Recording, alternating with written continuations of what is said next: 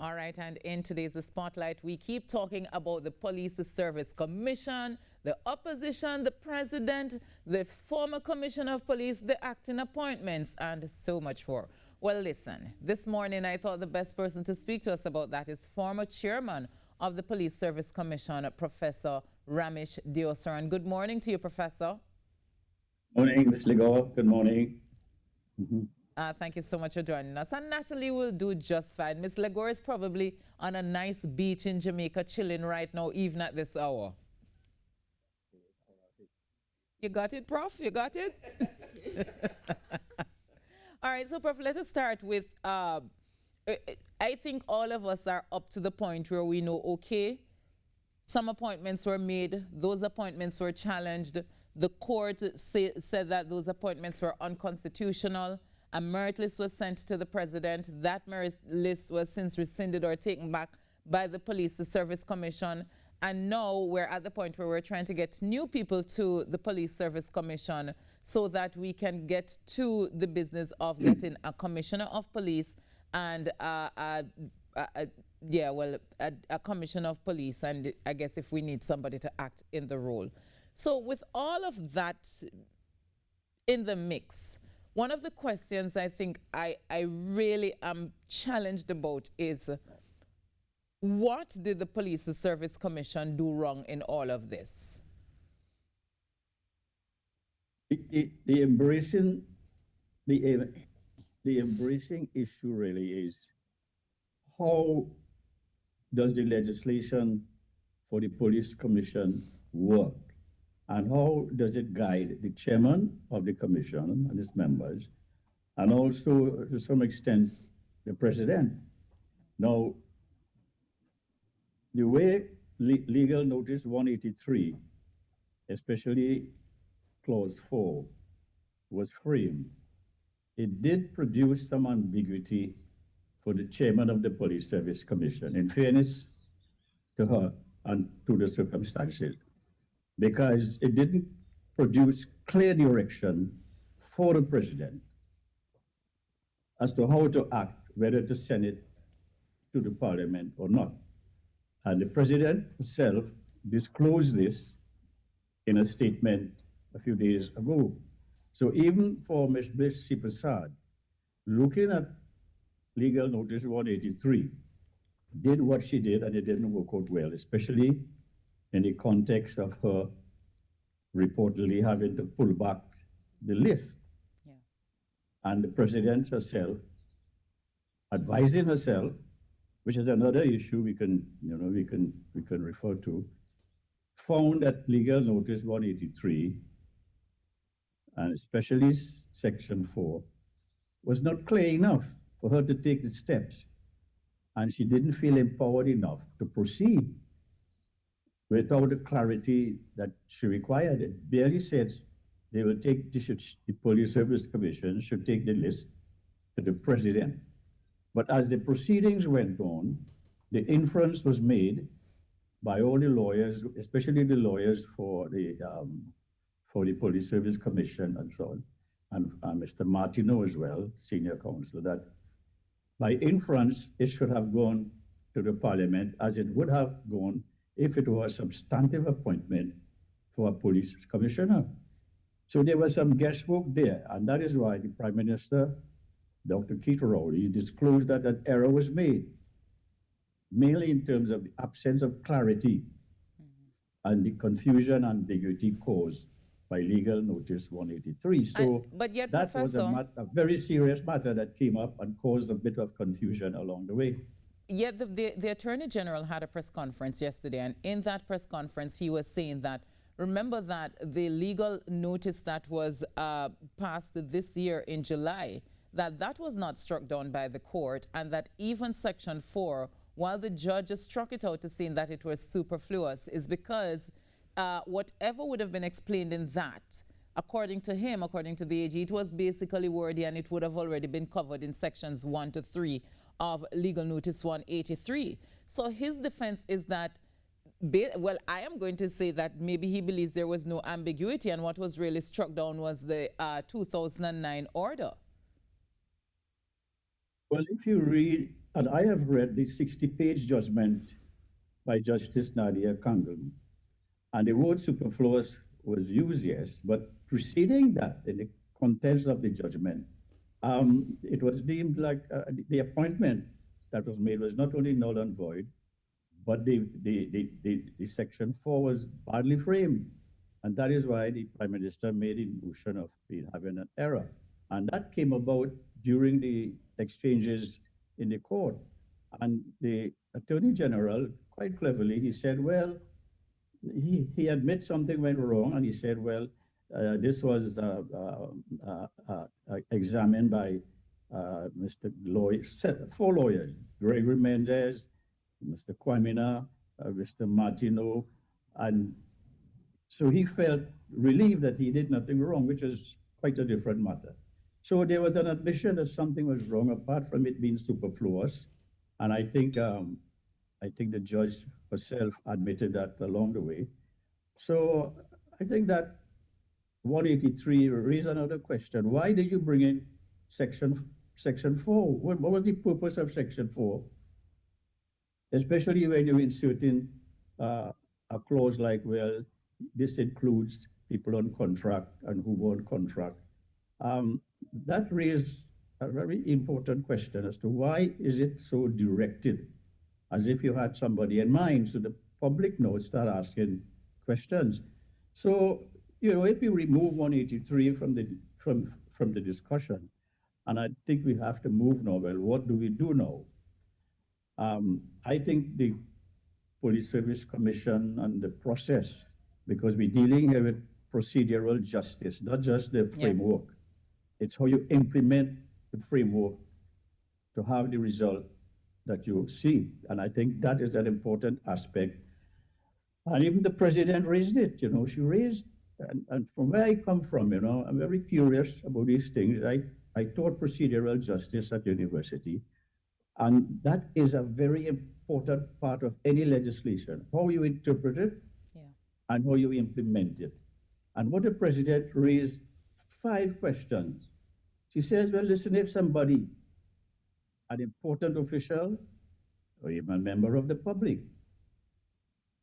has important information that impinges on the work of the Police Service Commission, especially given the criteria for appointing someone to commissioner or deputy commissioner. What should a person do with that information, given the importance and relevance? That's the first question she asks. The second question she asks in a statement a few days ago is, well, who will verify the importance and relevance and authenticity of this information? And thirdly, she asks, well, how does the person or the official send it to the Police Service Commission? Yeah. And would that be, the fourth question is, would that be considered interference? Why? Well, she Professor... And the last question is, well, does the production and transmission of this information, as important and relevant as it is perceived, does that constitute interference?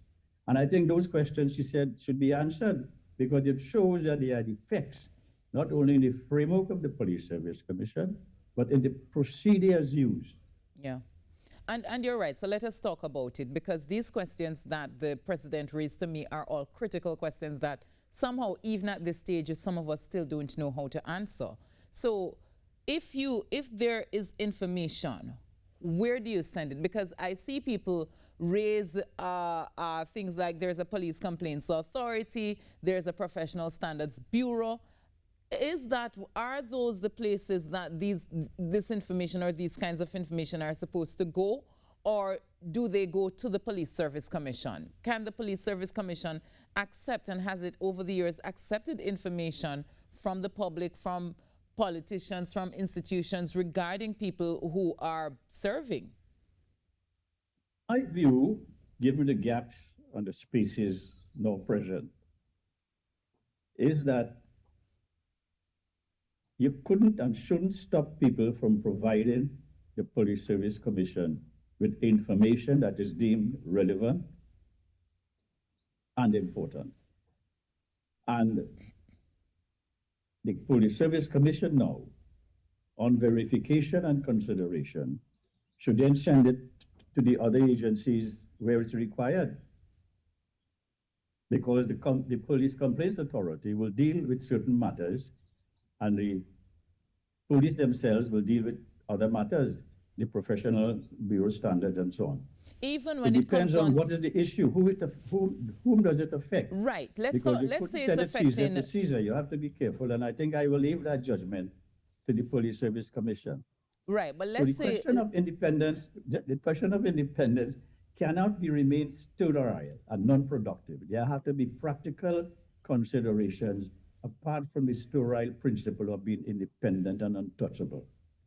so, Professor, in this instance, we were talking about an investigation into firearm users license, and because the then commissioner would have been the person who would sign off on these things, inevitably it's an investigation would somehow affect him. In those instances, if the PSC gets information, or should the PSC be the one receiving information if it's coming from the president or the prime minister? I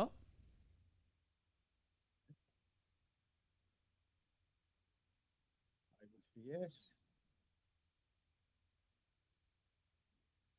Professor, could you just please repeat that? We lost you there.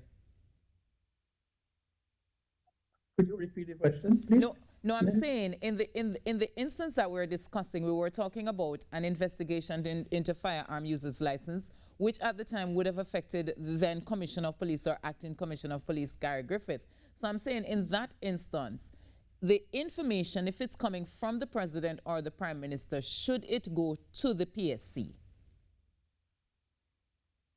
Yes, I think that information should go because it is relevant to the criteria in appointing a commissioner and deputy commissioner, because there are about 7 criteria. One is integrity, one is effective communication, one is management.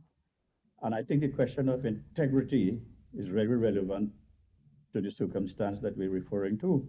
So that is information, and then it is left to the Police Service Commission, because you see, the Police Service Commission is a different animal from all other service commissions. That is why Parliament and the Constitution provides for certain expertise to be in the membership. One is a lawyer, a knowledgeable, as the criteria stated in the Constitution, a knowledgeable and experienced lawyer. So you would expect when such information comes, this particular member would contribute as to the way forward. That is why these specifications were in the Constitution for PSC membership. No other commission has such specified criteria, neither the teaching or the public service. The Judicial and Legal Service Commission might be a bit different from what we're speaking about. So, and then you have somebody knowledgeable and trained in management or sociology, one in finance. So these people will not just put there for decoration. There is a purpose. Right. They try to make the Police Service Commission fit for purpose. So therefore, in the circumstance we just referred to, that should go, rightly so, in the first instance, to the Police Service Commission. So why are we hearing words like interference, political interference, when as far as we are aware, something like this happened? The Prime Minister told us on Saturday that he wrote to the PSC saying that he had lost confidence in the then Commissioner of Police, Gary Griffith. You know, why are we calling these things as interference where there's pertinent information pertaining to the appointments, and we had an appointment that needed to come up, we had a merit list that needed to be created, and everything would have affected everything else? Why are we hearing stuff like political interference? It is, I don't want to use a strong word, but you see, in democracy, everybody has an opinion. And that is, you could shoot yourself in the foot sometimes, but that is how democracy works. Democracy is very adversarial. Noisy. Everybody has a voice. And on matters like this, true, with the mass media being as diversified and prolific, everybody has an active voice. Yeah. And the question of interference came about, but the interference could be defined in a very precise way. That is an official or anybody deliberately interfering with the decision of the commission in the sense of telling the commission what to do, whether to appoint somebody directly or not. But the provision of information doesn't reach that threshold. And that is one of the issues. That's why I'm interested in a scholarly way of the president's questions. When does the information available and relevant and serious pass the threshold? Who will decide that? So what we need as part of the reconstruction of the functions of the Police Service Commission is some set of protocol or a set of a code or something that will guide the procedural justice aspect in such matters. So my answer to you is that yes, that information should go. Yeah. I don't think that crossed the threshold of interference in the provision of relevant information. Right. The interference doesn't arise yet. If Professor, the Prime Minister sends a letter saying, I don't want you to choose Mr. X, I want you to choose Y instead. That is a different matter. Interference, yeah. Professor, I'm being told that I'm out of time, but I really do have two questions for you that I think is critical to be answered. One, the merit list that was sent to President's House, under what part of the Constitution, if at all, that merit list can be rescinded or taken back by the Police Service Commission? But that is, to me, that is not written anywhere. That is not written anywhere.